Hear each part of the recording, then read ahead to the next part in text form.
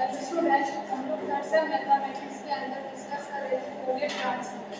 Previous lecture के अंदर हमने फूरियर ट्रांसफॉर्म में उसकी जो बाउंड्री वैल्यू प्रॉब्लम है, जिसमें हमने पार्शियल डिफरेंशियल इक्वेशंस है, उसको हम फूरियर ट्रांसफॉर्म की हेल्प से कैसे सॉल्व कर सकते हैं, उसके बारे में हमने डिस्कस किया था और उसके बेसिस पे एक न्यूमेरिकल किया था। इस लेक्चर में भी हम लोग उसी टॉपिक को डिस्कस करेंगे और उसके बेसिस पे हम लोग 3 क्वेश्चन करेंगे। ओके, तो हमने जो कल की क्लास में डिस्कस किया था उसके लिए हमने फॉर्मूले डिस्कस किए थे। अगर हम Fourier transform of the del square u upon del x square की जगह हम लोग क्या लिख सकते हैं, वैल्यू माइनस का x square u s comma t. जो कैपिटल यू है वो हमारा फूरियर ट्रांसफॉर्म होने के बाद इसको रिप्रेजेंट करता है। ये यहाँ पे क्या होता है, यू एक्स कॉमा टी, मतलब ये एक्स डोमेन में होता है और इसको हम फूरियर ट्रांसफॉर्म से हेल्प करते हैं तो ये एक्स डोमेन में कन्वर्ट हो जाता है। फिर हम लोग Fourier transform of the cosine के लिए हम इसका निकालते हैं del square upon del x square की जगह, तो हम क्या कर लेते हैं माइनस का 2 upon pi u x 0 comma t minus s square u c s comma t. तो हमारा जो यू एक्स है उसको रिप्रेजेंट करता है del u upon del x को, क्योंकि हमारा जो हम लोग इसमें यू एक्स को लिखेंगे del u upon del x को रिप्रेजेंट करता है। ओके, फिर नेक्स्ट हमारा जो हम लोग Fourier sine transform del u upon del x square की क्या वैल्यू रखेंगे, √2 upon pi s u 0 comma t minus s square u s s comma t. तो हमने ये बेसिक फॉर्मूले, हमने ये जो फॉर्मूले हमें कहां से आए, हमने जो डेरिवेटिव प्रॉपर्टी पढ़ी थी फूरियर ट्रांसफॉर्म की, उसी प्रॉपर्टी से हमारे पास ये फॉर्मूले हैं। ठीक है, और इसके अंदर हमें क्या होगी, कंडीशंस भी गिवन होगी, उसका यूज करके हम लोग फूरियर ट्रांसफॉर्म की हेल्प करके हम लोग इसको सॉल्व कर सकते हैं। तो क्वेश्चन लेते हैं इसका। मैंने आपको ये भी बताया कि हम लोग जो 3 कंडीशन से हम ओनली फॉर ऐसे तरीके का आपको इस पार्शियल डिफरेंशियल इक्वेशन और बाउंड्री कंडीशन की दोनों कि आप इसको फूरियर ट्रांसफॉर्म से सॉल्व करो, तो आप कैसे कर सकते हैं। तो मैंने आपको वहां पे 3 बताई थी कंडीशंस कि हम लोग अगर ये कंडीशंस हो तो हम लोग फूरियर साइन लगाते हैं, दूसरी कंडीशन पे बताई थी उसमें हम लोग फूरियर कोसाइन, और अगर ये तीसरी कंडीशन हो तो हम क्या लगाते हैं उसके अंदर फूरियर ट्रांसफॉर्म। तो वो हमारे जो फर्स्ट वीडियो है उसके अंदर मैंने आपको डिटेल्स में बता दिया था। यहां पे हम उसके बेसिस पे 3 क्वेश्चन डिस्कस करेंगे। Solve the heat equations del u upon del t is equal to c square del u upon del x square minus infinity del z x del z infinity and t is greater than 0 such that the conditions क्या क्या हमारे पास x, 0 is equal to fx and where fx is equal to fx उसकी value क्या होगी, u0 का होगी जब उसकी value mod x is less than a हो और 0 का होगी जब mod x is greater than a। ठीक है, अब हम लोग क्या करेंगे, देखिए कि इसके अंदर अब हम लोग को देखना है कि इसके अंदर हमें ये कंडीशन है, जब हमारे पास ध्यान रखना है माइनस इन्फिनिटी x की वैल्यू माइनस इन्फिनिटी कैरी करें तब उस समय हमें फूरियर ट्रांसफॉर्म का ही यूज करना है। इसके अंदर हम फूरियर कोसाइन ट्रांसफॉर्म यूज करेंगे ना फूरियर साइन ट्रांसफॉर्म यूज करेंगे, और फिर क्या कंडीशन यूज करेंगे, फूरियर ट्रांसफॉर्म की कंडीशन यूज करेंगे। ओके, तो हमारे पास गिवन इक्वेशंस क्या थी, del u upon del t is equal to c square del square u upon del x square, ये हमारे पास गिवन इक्वेशन थी। फर्स्ट स्टेप आपको मैंने उसी में बताया क्या करना है, फर्स्ट स्टेप हमें इसके अंदर हमें लेना है फूरियर ट्रांसफॉर्म, मतलब हमें इसको दो साइड का लेना है, फूरियर ट्रांसफॉर्म लेना है, मतलब इसका हमें फूरियर ट्रांसफॉर्म लेना होगा बोथ साइड। मैंने इसका फूरियर ट्रांसफॉर्म बोथ साइड लगा लूंगी तो क्या होगा, Fourier transform of the del u upon del t is equal to c square Fourier transform of the del square u upon del x square। इसका value क्या होगी हमारी माइनस का s square u x comma क्या होगी minus का s square u x comma t, मतलब हमारा सेकंड एलिमेंट का जो फूरियर निकालता है तो किसके इक्वल होता है minus x square u x comma t।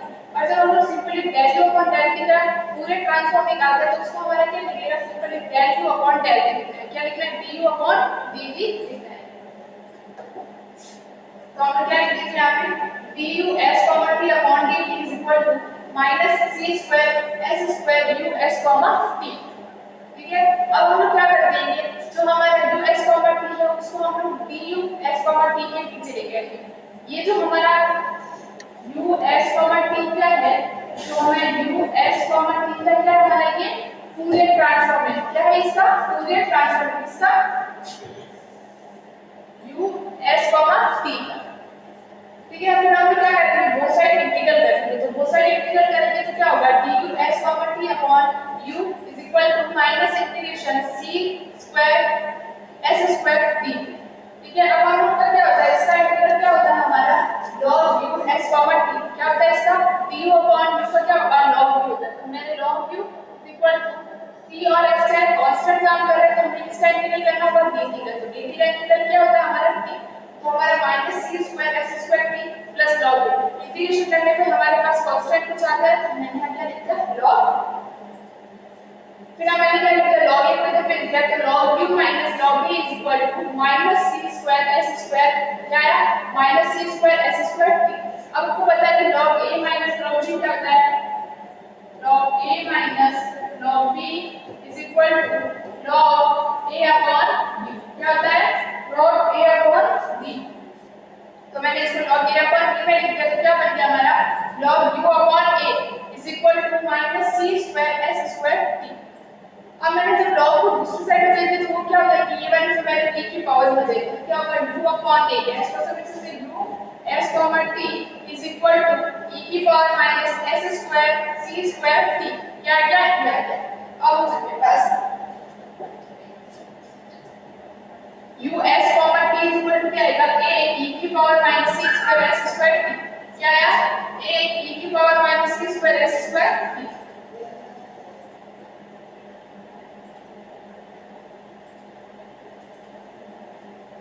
ठीक है, अब हम लोग देखो हमारे पास क्या है, मैंने एक था उसको हम देखते हैं। फर्स्ट आपको क्या करना था, फर्स्ट स्टेप हमने क्या कर दिया फूरियर ट्रांसफॉर्म ले लिया। ठीक है, हमने चेक कर लिया कि इसके अंदर कौन सा फॉर्मूला लगेगा, पता चल गया कि फूरियर ट्रांसफॉर्म का लगेगा।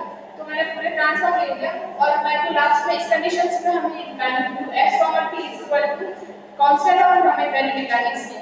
अब हमें क्या करना होगा, हमें कंडीशन को देखना। कंडीशन में हमें t is equal to 0 given है, तो हमें इसके अंदर कंडीशन में पहले क्या डालना होगा t इज इक्वल टू 0। तो कंडीशन हमारे पास है गिवन थी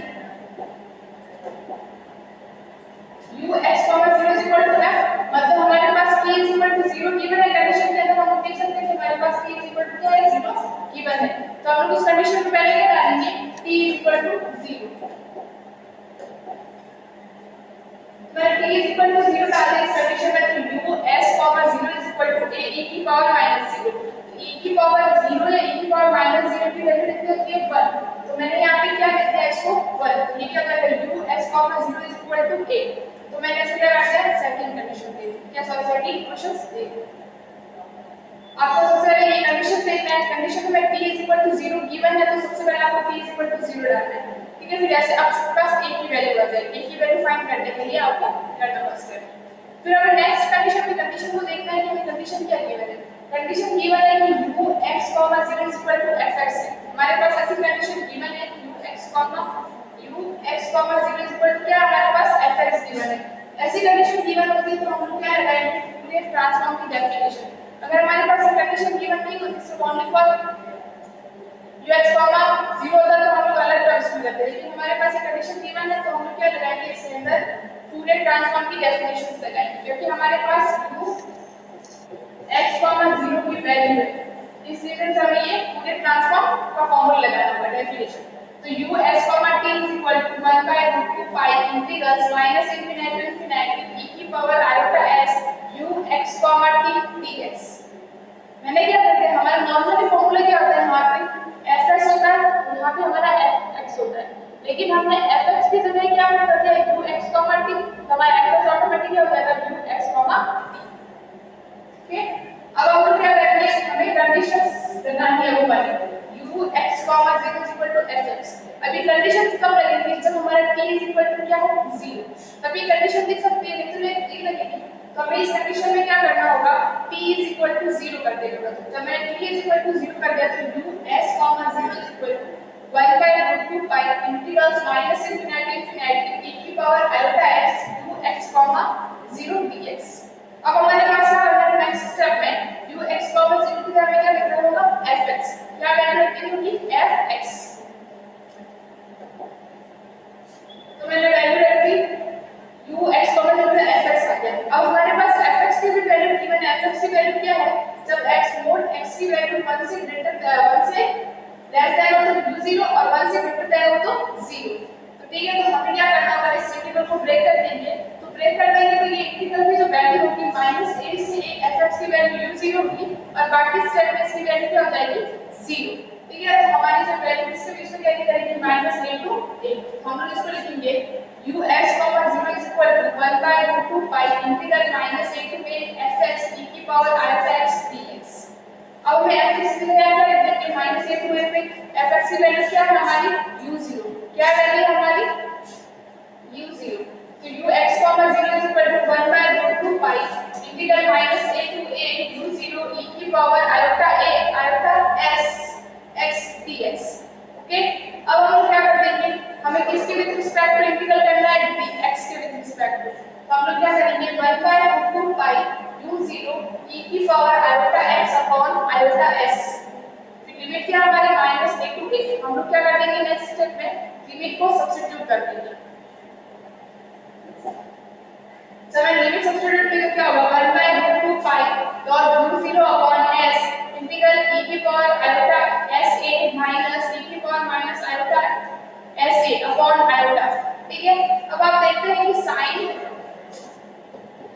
as और iota को हम कैसे लिख सकते हैं sin e की power iota as minus e की power minus iota as by 2 iota, ये फॉर्मूला होता है हमारा sin as e की पावर में कैसे लिख सकते हैं, e के फॉर्म में फॉर्मूला क्या होगा हमारा sin ax का e की power iota as minus e की power minus iota as upon 2 iota। तो मैंने क्या करते हैं हमारे पास देखो e की power iota s minus e की power minus iota sa by iota है, 2 नहीं है तो मैंने ऊपर से मल्टीप्लाई कर दिया तो क्या हो जाएगा हमारा यहाँ पे 2, इसकी वैल्यू क्या हो जाएगी 2 sin as मतलब जाएगी 2 sin ax, तो मैंने इसकी वैल्यू होती इससे, क्योंकि हम लोग जानते हैं कि इसकी फॉर्म में हम लोग sin थीटा कैसे लिख सकते हैं, क्या तो पड़ा होगा sin थीटा इक्वल टू क्या होता है e की power iota theta minus e की power minus iota theta upon 2y, तो मैंने इससे निकाला इक्वेशंस। ठीक है, अब हम लोग क्या करेंगे तो u s power 0 is equal to root 2 upon pi, root 2 से और 2 अपॉन रूट 2 कैंसिल आउट हो जाएगा, root 2 upon pi u0 upon s sin as, इसको इक्वेशन धर देंगे। अब हमारे जो इक्वेशन सेकंड थी वो क्या थी u s 0 is equal to a था, तो हमने जो इक्वेशंस पूरा इक्वेशन 3 को इक्वल कर दिया, तो देखते हैं कि ये भी और ये वैल्यू सेम है ना, तो हमने इस इक्वेशंस को इक्वल कर दिया तो हमारे पास a की वैल्यू बदलेगी, जब हम लोग इस इक्वेशन और इस इक्वेशन को इक्वल करेंगे तो हमारे पास a की वैल्यू क्या आएगी √2 upon pi u0 upon s sin as, इसको हमने इक्वेशन 4 ले ली। अब हमारी जो a की वैल्यू है हमारी जो फर्स्ट इक्वेशन है u s t is equal to e की power minus c square s square t a dot a, तो उसके अंदर हमें a की वैल्यू पुट कर देनी है, तो क्या होगा u s t is equal to √2 upon pi u0 upon s sin as e की power minus c square s square t।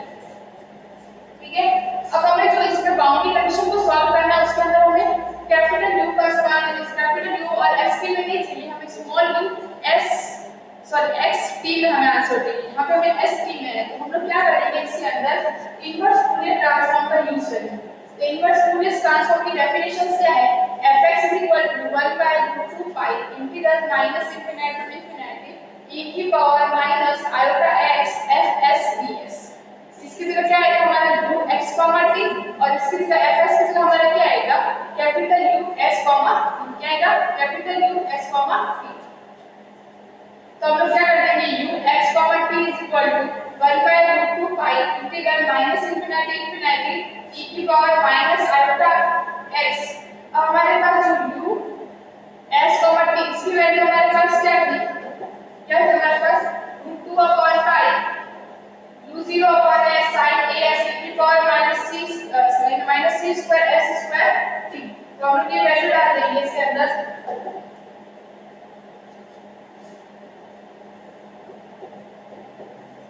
तो क्या होगा हमारा u x t is equal to 1 by √2 pi integral minus infinity to infinity e की power minus iota x root में 2 upon पाई, इसकी value लिखें तो sin as upon s e की power minus c square s square t ds, तो हमारे पास ये boundary condition solve हो गई। देखो सबसे पहले सिंपली स्टेप क्या करना है, बाउंड्री कंडीशन में फूरियर ट्रांसफॉर्म लेना है, फिर आपको किस फॉर्मेट में लाना है कैपिटल U x t, मतलब U Fourier transform U x t का, उसको आपको इक्वेशन फर्स्ट देंगे, फिर आपको जो a फाइंड करना है उसके अंदर आपको जो जो कंडीशन गिवन है उस कंडीशन के अकॉर्डिंग आप वैल्यू डाल के a फाइंड कर दो। a फाइंड करने के बाद हमें जो ये वैल्यू है u s t इसके अंदर ये वैल्यू सब्स्टिट्यूट कर दो। फिर हमें इसके अंदर क्या लेना होगा, इनवर्स। इनवर्स वाला आप जितने भी सारे क्वेश्चन करोगे उसके अंदर इनवर्स का कांसेप्ट आपको लास्ट में लगाना होगा, क्योंकि आपको जो लास्ट में आंसर निकालना है वो क्या u x t में निकालना है। ठीक है, आपको इसमें निकालना है, इस वजह से आपको लास्ट के अंदर ये इनवर्स पूरे ट्रांसफॉर्म का कांसेप्ट हर किसी में लगाना है। ओके, अब नेक्स्ट क्वेश्चन हम देख रहे हैं क्या है, second question. Using Fourier cosine transform, solve the d theta upon dt is equal to del c square del square theta upon del x square. Subtract the condition. First condition है जब p की value 0 हो तो उस समय theta की value क्या होगी, 0, और x की वैल्यू किससे है, ग्रेटर देन 0 से। एंड जब d theta upon dx is equal to mu, मतलब जब कब होगी इसकी वैल्यू, जब x is equal to 0, x is equal to 0 पे d theta upon dx की वैल्यू क्या होगी, mu, और एक कांस्टेंट और d की वैल्यू क्या होगी, ग्रेटर देन 0। अब आपको सबसे पहले देखो इसके अंदर हमें कंडीशंस क्या गिवन है, d थीटा अपॉन dx, जब भी आपको d theta upon dx given होगा तो आपको क्या लगाना है कि हम क्या लगा सकते हैं, हम लोग इसके अंदर फूरियर कोसाइन लगा सकते हैं। इसके अंदर कंडीशन में गिवन है d greater than 0 x greater than 0, और इसकी वजह से ऑलरेडी बोल रखा है कि हम इसको फूरियर कोसाइन ट्रांसफॉर्म से सॉल्व करना है, नहीं करना है तो आप इससे आइडिया लगा के इसको सॉल्व कर सकते हो। और इसकी वैल्यू कब है, जब x is equal to 0, अगर यहाँ पे t is equal to 0 होता तो हम लोग फूरियर कोसाइन नहीं लगाते, इसकी जो वैल्यू है वो उसके x is equal to पे 0 पे इसकी इक्वल है। सबसे पहले हम गिवन कंडीशन लिख देंगे, del theta upon del t is equal to c square del square theta upon del t square. Okay, तो हम लोग क्या करेंगे, on the taking Fourier cosine transform both side, हमें क्या करना होगा, इसके अंदर इसका फूरियर कोसाइन ट्रांसफॉर्म निकालना होगा। तो फूरियर कोसाइन ट्रांसफॉर्म किसका होता है, del square theta upon del t square, तो क्या होगा माइनस का root 2 upon pi, sorry minus root 2 upon pi c square ux, sorry s square ux root 2 pi ux minus c square s square c square d c s comma t। ठीक है, हमारा ये होता है इसका।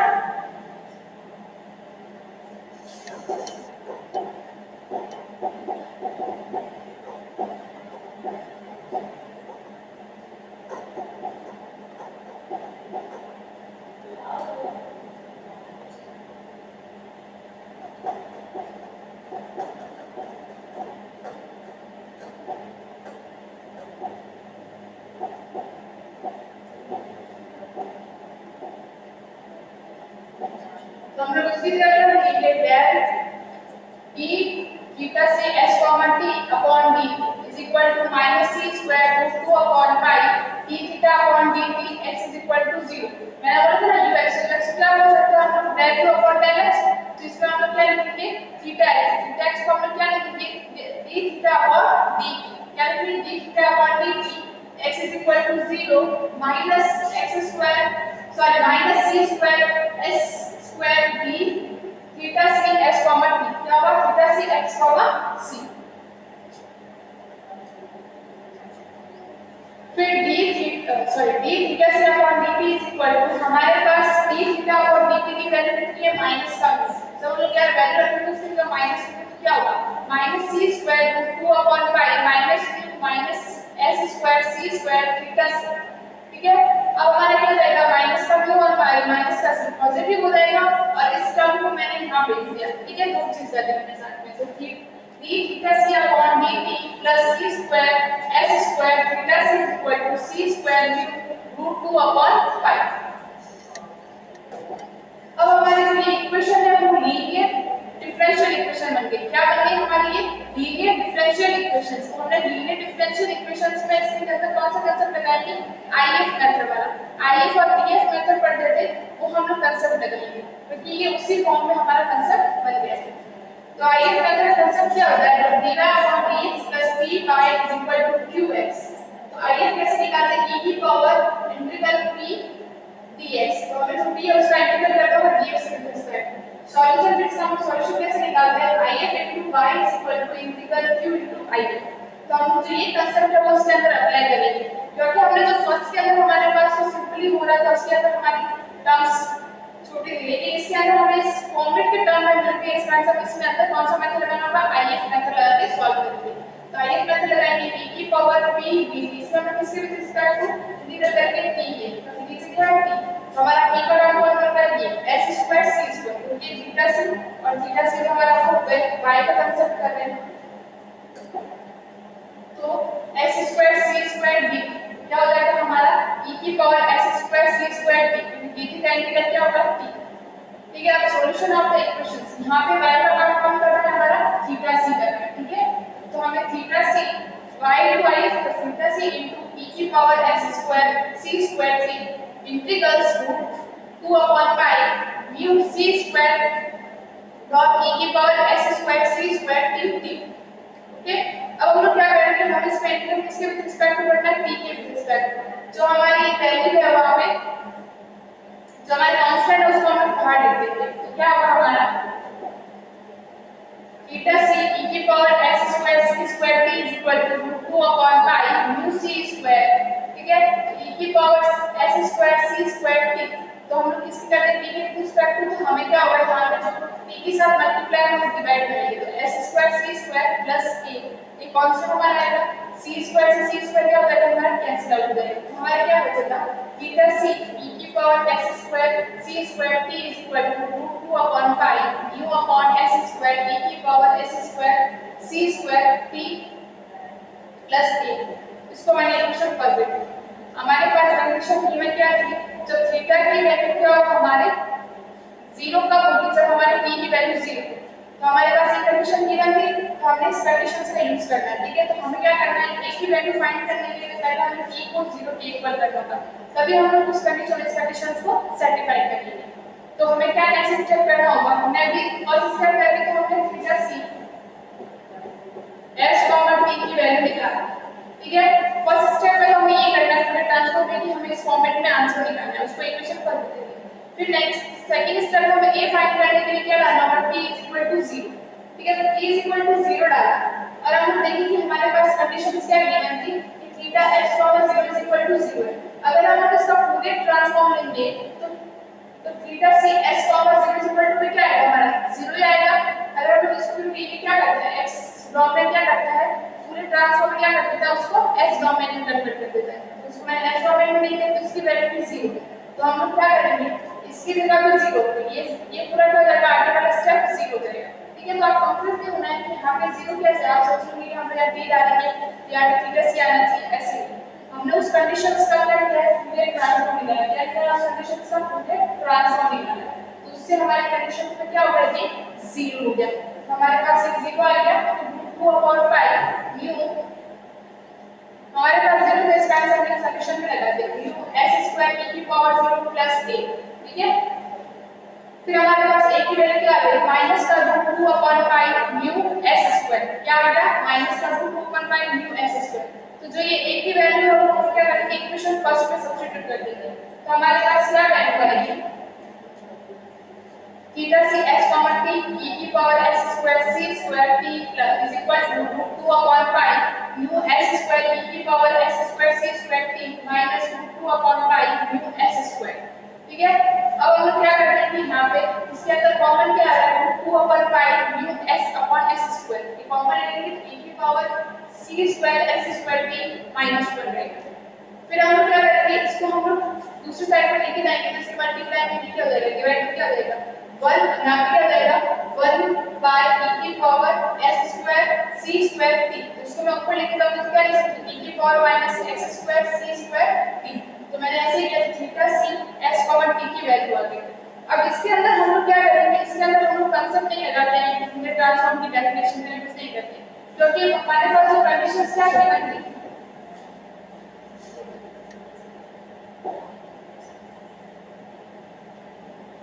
हमारे पास condition given थी theta x 0 given थी, इसीलिए जब हमारे पास कंडीशन गिवन थी तो हम लोग आगे इसके अंदर कांसेप्ट नहीं लगाएंगे पूरे ट्रांसफॉर्म का। अगर इस कुछ वैल्यू होती है fx ये कुछ अगर वैल्यू होती तो हमें कांसेप्ट लगा के इसको सॉल्व करना पड़ता, क्योंकि हमने जो फर्स्ट क्वेश्चन किया था उसके अंदर हमारे पास कुछ वैल्यू थी, थीटा x 0 की वैल्यू कुछ थी ना, fx ऐसे कुछ हमें पूरे ट्रांसफॉर्म की या पूरे कोसाइन या पूरे साइन ट्रांसफॉर्म की डेफिनेशन का यूज करना होगा। अगर हमारे पास इसकी वैल्यू इक्वल टू 0 हो तो हमें आगे से कंसेप्ट नहीं लगाना होगा, हमें इसका ही पूरे ट्रांसफॉर्म फाइंड करना होगा। तो क्या होगा, थीटा x 0 फिर हम वैल्यू सब्स्टिट्यूट कर देंगे, उससे हमारी ऑटोमेटिकली a की वैल्यू आ जाएगी।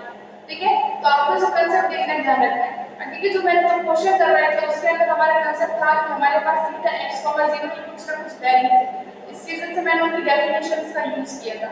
देखिए इसके अंदर हमारे इसकी वैल्यू 0 है तो हम लोग उस डेफिनेशंस का यूज नहीं करेंगे, लेकिन जो इनवर्स फूरियर ट्रांसफॉर्म है वो हमें हर क्वेश्चन में यूज करना होगा। जब हम पार्शियली और जो डिफरेंशियल इक्वेशंस है उसको हम लोग सॉल्व करेंगे,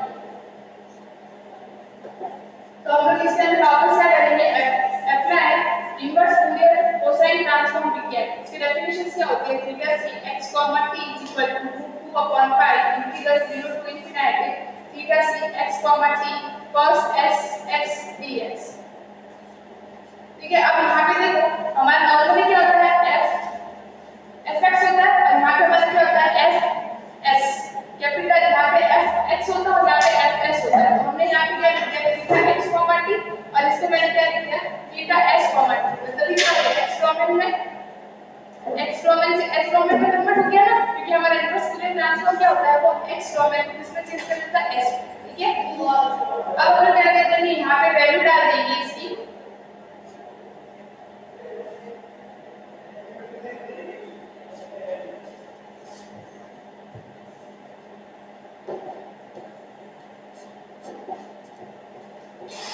यहाँ पर हम इसकी वैल्यू डालेंगे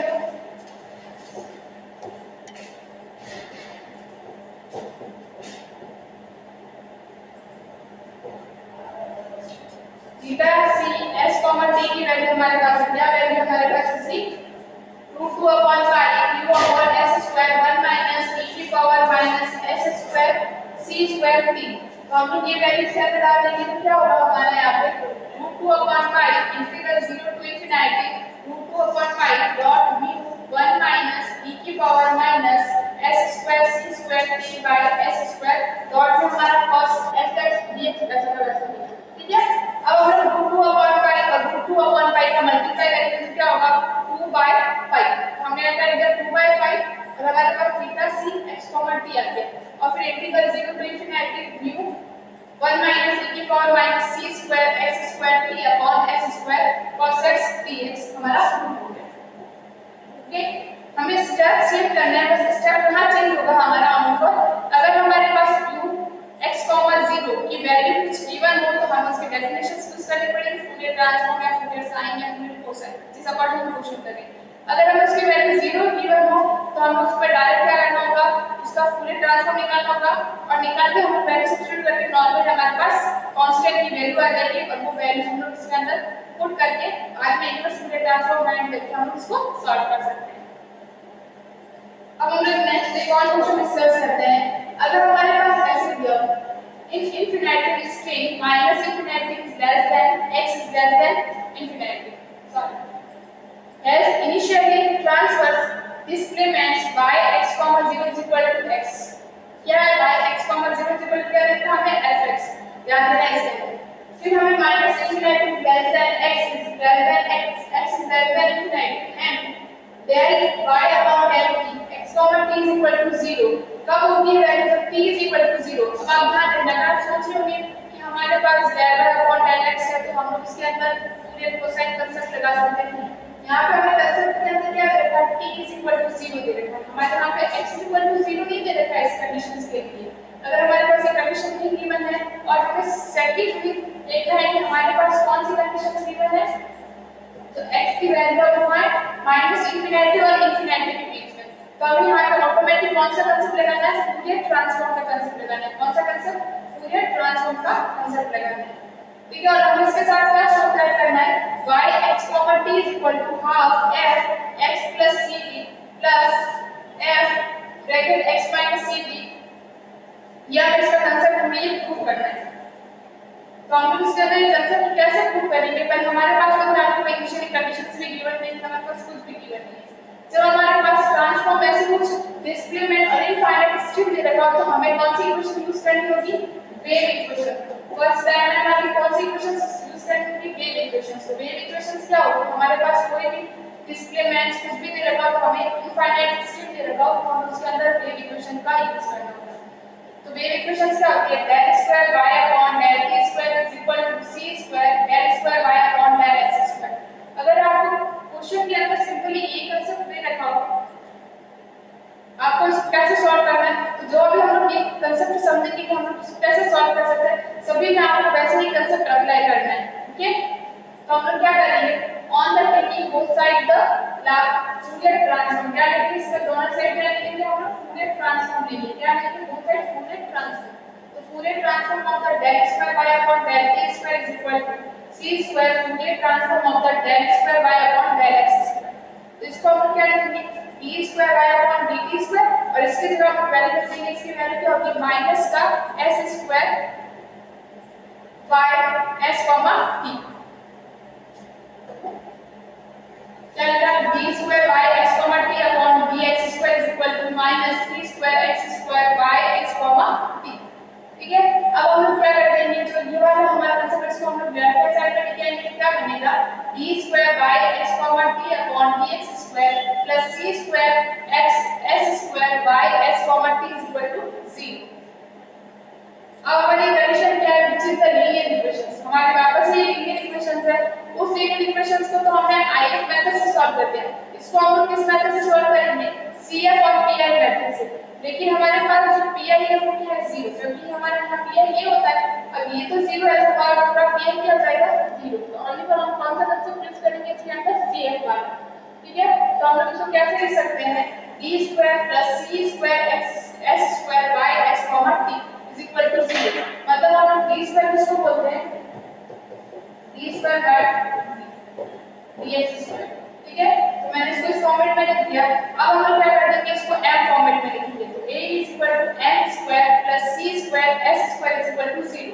जब मैं इसको यहां लिखूं, हम इसको हम तो m इज इक्वल टू क्या रहेगा प्लस माइनस आयोटा cs, क्या कर देंगे इसके हम लोग पार्ट्स कर देंगे, क्या आएगा plus minus iota cs। Okay, इसमें कैसे लिखेंगे, cf में लिखेंगे y s t is equal to a cos c st plus b sin c st। अगर हमारे पास ये आयोटा में नहीं आता तो हम लोग e की पावर में इसको लिखते, लेकिन हमारे पास ये आयोटा में आता है, इसका सॉल्यूशन हमारे किसमें आएगा cos और sin, किसमें आएगा हमारा cos और sin में। अगर हमारे इसको तो ध्यान रखना है, अगर हमारा ये पॉजिटिव वैल्यू आती है, आयोटा में वैल्यू नहीं आती तो e की पावर में लिखते, और मेरी आयोटा में वैल्यू आती है तो हम इसको कैसे लिखेंगे cos और sin में। तो a cos c st plus b sin c st। अब हम लोग क्या करते हैं, नेक्स्ट स्टेप में इसका डिफरेंशिएशन कर देंगे, इसी करके डिफरेंशिएशन क्या आएगा, y s t upon dt is equal to minus a c s sin c s t plus b c s cos c s t। मतलब cos में क्या होता है माइनस का साइन, और sin का क्या होता है cos, लेकिन d के साथ मल्टीप्लाई हम वापस इसके साथ मल्टीप्लाई माइनस c s और इसके साथ भी c x। ठीक है, अब इसके अंदर हमें सेम स्टेप a और b की वैल्यू फाइंड करनी है, तो same concept t is equal to 0 करना होगा। देखो मैंने इसके अंदर भी कांसेप्ट तो सेम लगाया, फर्स्ट तो मैंने कांसेप्ट अपना सेम लगाया, हमें क्या चाहिए y s t, मतलब हमें s t के अंदर हमें चाहिएगा y s t, तो हमें फाइंड कर दिया इसके अंदर भी। फिर हमने इसके अंदर सेकंड स्टेप में क्या करना है, इसमें डिफरेंशिएशन कर दिया विद रिस्पेक्ट टू t। अब हम लोग इसी इक्वेशन फर्स्ट इक्वेशन में t इज इक्वल टू क्या करेंगे 0, क्योंकि हमें कांस्टेंट a और b की वैल्यू फाइंड करनी पड़ेगी। ठीक है, अगर हमारे पास a और b की वैल्यू फाइंड होगी तभी हम लोग इनवर्स वाला कांसेप्ट लगाएंगे, a और b की वैल्यू फाइंड नहीं होगी तो उससे हम लोग आगे कांसेप्ट नहीं लगा सकते। तो y s 0 is equal to क्या होगा a cos 0 plus b sin 0। ठीक है, a cos 0 plus b sin 0, तो हमारे पास क्या हो जाएगा a इज इक्वल टू क्या आएगा y s 0, क्योंकि cos 0 की वैल्यू 1 होती है और sin 0 की वैल्यू 0, तो हमारे पास a की वैल्यू होगी, इसको मैंने इक्वेशन थर्ड दे दी। ओके, अब हमारे पास कंडीशन गिवन क्या थी, y x 0 is equal to क्या गिवन था fx, क्या गिवन था y x 0 is equal to क्या गिवन था fx। तो हम लोग इसको कैसे लिखेंगे, y x 0 is equal to fx, तो Fourier transform of the y x 0 is equal to हमें क्या करना होगा, इसी का पूरे ट्रांसफॉर्म निकालना होगा, क्योंकि हमारे पास ये fx का कोई कंडीशन गिवन नहीं है। अगर हमारे fx का कंडीशन गिवन होगी कि fx का मान इसके बीच में कैरी कर रहा है, इसका लेस देन 1 हो तो इसकी वैल्यू ये होगी या ग्रेटर देन 1 हो तो ये होगी। अगर हमारे इसके बीच में कैरी नहीं करता है हमारे ये तो हमें इसमें क्या करना होगा इसका पूरे ट्रांसफॉर्म निकालना होगा। क्या करना होगा बोथ साइड क्या लेंगे हमने पूरे ट्रांसफॉर्म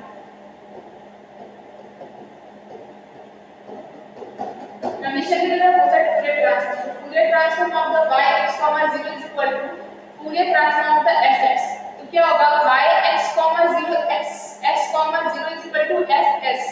ठीक है आपको कंफ्यूजन है ध्यान रखना है। जो फर्स्ट सेकंड क्वेश्चन कर रहा था उसके अंदर अलग कांसेप्ट लगा था हमारा यहाँ पे क्योंकि वहां पे हमारे पास fx के आगे भी हमें कंडीशंस की बनती थी कि fx का वैल्यू इसके बीच में कैरी कर रही है तब हमने उसके अंदर वो डेफिनेशंस का यूज किया था। लेकिन इसमें fx आगे कहीं पे भी कैरी नहीं करते तो हमें क्या करना होगा नॉर्मली इसका पूरे ट्रांसफॉर्म ले लेना होगा। फिर हमें क्या करना होगा इससे हमारे पास y x 0 की वैल्यू आ गई तो हमारा जो इक्वेशन थर्ड और फोर्थ है वो क्या होगा एक दूसरे के इक्वल होने के बाद हमारा a इक्वल टू क्या होगा fx। क्या होगा a इक्वल टू क्या होगा हमारा fs। तो a की वैल्यू fs आ गई। ऐसे हमने जो इक्वेशन सेकंड थी जिससे हमारा डिफरेंशियल इक्वेशन बनाया था उसका हमें t इक्वल टू क्या पुट कर देना होगा 0। जब t इक्वल टू 0 पुट कर देंगे तो हमारा sin 0 की वैल्यू 0 और cos 0 की वैल्यू 1। तो हमारे पास dy x 0 अपॉन dt is equal to ds dcs आ जाएगा।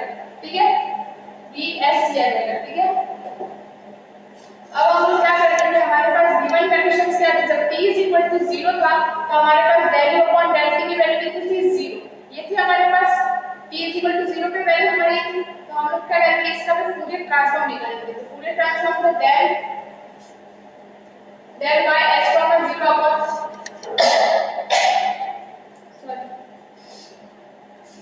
del y x 0 upon del t is equal to 0। इसका पूरे ट्रांसफॉर्म निकालना तो क्या होगा del y s 0 ये x डोमेन को इसमें s डोमेन से चेंज कर देगा upon dt is equal to 0। इससे इक्वेशन 5th और 6th को हम सीएम कर लेंगे तो b is equal to हमारे पास क्या रहेगा 0।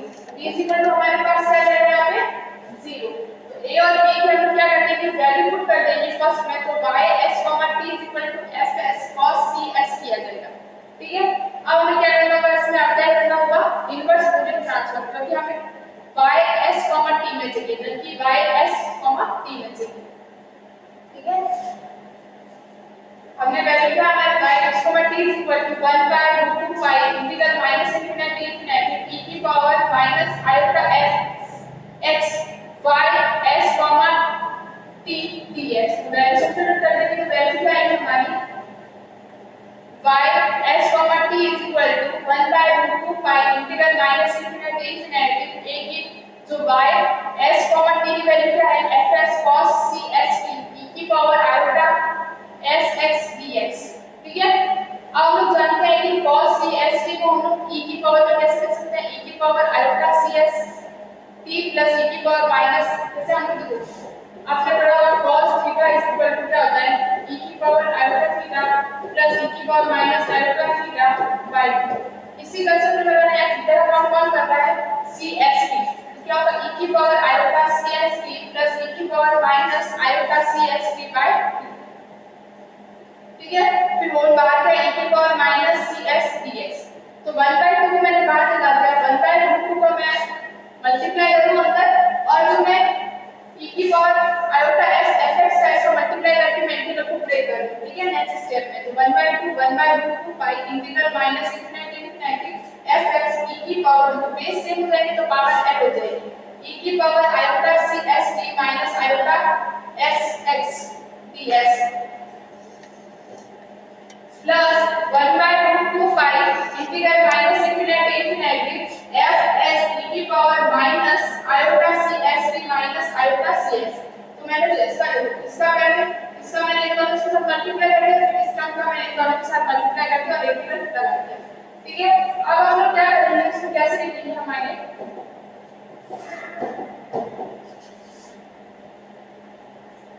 y x, t is equal to 1/2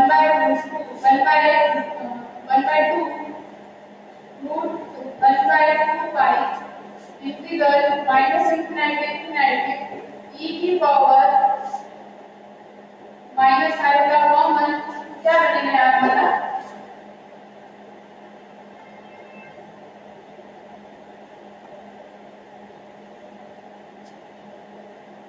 की पावर आयोटा सी कॉमन क्या बनेगा हमारा C B plus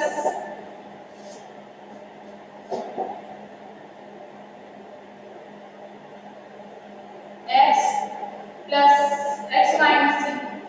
x minus C B F S D S.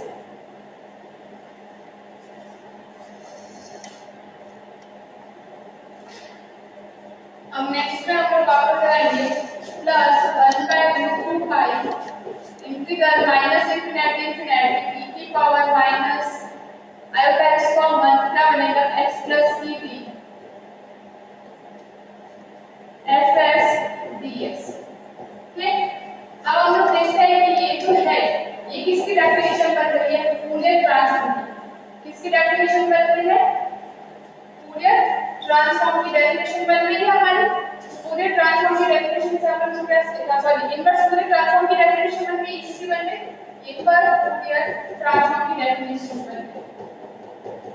तो हम लोग इसे कैसे लिख सकते हैं f x माइनस c लिख सकते हैं तो e की पावर है तो हमसे हम लोग क्या निकालते हैं ट्रांसफॉर्म निकालते हैं इसके अंदर इसमें भी जो e की पावर होता है उससे हम लोग पूरे ट्रांसफॉर्म निकालते हैं। हम लोग इसको इस फॉर्मेट में लिख देंगे ठीक है।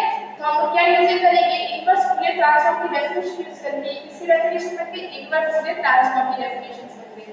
तो हम लोग यूज करेंगे इनवर्स फूरियर ट्रांसफॉर्म की definition by inverse Fourier transform definition। क्या होगा y x t is equal to half f bracket x minus c t close bracket close plus f x plus c। Okay तो हमारा ये क्या होगा proof हो गया। अगर हमें प्रूफ नहीं करना हो तो लास्ट हम उसी तक आंसर लिख सकते हैं। इसमें cos x का वैल्यू प्रूफ नहीं करेंगे। हमें ये प्रूफ करने को बोला था इसी तरह से हमने क्या कर दिया लास्ट में हमने ये स्टेप किया। देखो तो हमने ये देखो हर टाइप से मैं क्वेश्चन बता दी अगर आपको इनफिनिटी सिस्टम आ जाए या डिस्प्लेसमेंट टाइप से गवर्नमेंट टाइप तो उसके अंदर आपको ये क्वेश्चन लगाने हैं ठीक है। अब हमारे पास अगर y x 0 is equal to fx या 0 ये कुछ भी गिवन हो तो हमें इसमें सिंपल इक्वेशन ट्रांसफॉर्म निकाल के जैसे हमने ये क्वेश्चन किया है वैसे क्वेश्चन को आपको सॉल्व करते जाएंगे। अगर हमारे पास y x 0 कुछ भी हो x 0 कंडीशन कुछ भी given x 0 is equal to fx है और fx की हमें आगे स्ट्रीम में वैल्यू गिवन है कि भाई ये इसके बीच में वर्ग है इसकी वैल्यू वर्ग में कैरी करके इसकी वैल्यू 2 में तो हमें क्या करना होगा डेफिनेशंस का यूज करना होगा। जो फर्स्ट क्वेश्चन थे वो मैंने आपको स्टेप से बता दिए और जो हमारे दो क्वेश्चन थे किस स्टेप से करने हैं वो मैंने आपको बता दिया। तो हमारा जो ये यूनिट ट्रांसफॉर्म का था वो जो लास्ट टॉपिक का कंप्लीट हो गया है। तो ये वाली जो यूनिट है इसी मैकेनिकल वाला सिविल वाले स्टूडेंट के लिए 4 यूनिट कंप्लीट हो गई है। अब जो नेक्स्ट क्लास में यूज करेंगे हम लोग 5 यूनिट स्टार्ट करेंगे जेड ट्रांसफॉर्म जो डबल इक्वेशन कौन सी यूनिट है सेकंड यूनिट के अंदर है ठीक है। तो आप इस वीडियो को अच्छे से देख लेना और आप खुद ही क्वेश्चन को सॉल्व करोगे तब आपको बहुत ही इजी से समझ में आ जाएगा कि हमें कैसे कांसेप्ट लगा के सॉल्व करना है। सारा कांसेप्ट आपको ऐसे यूज करना है आपको फॉर्मूले ध्यान रखना है। Okay thank you.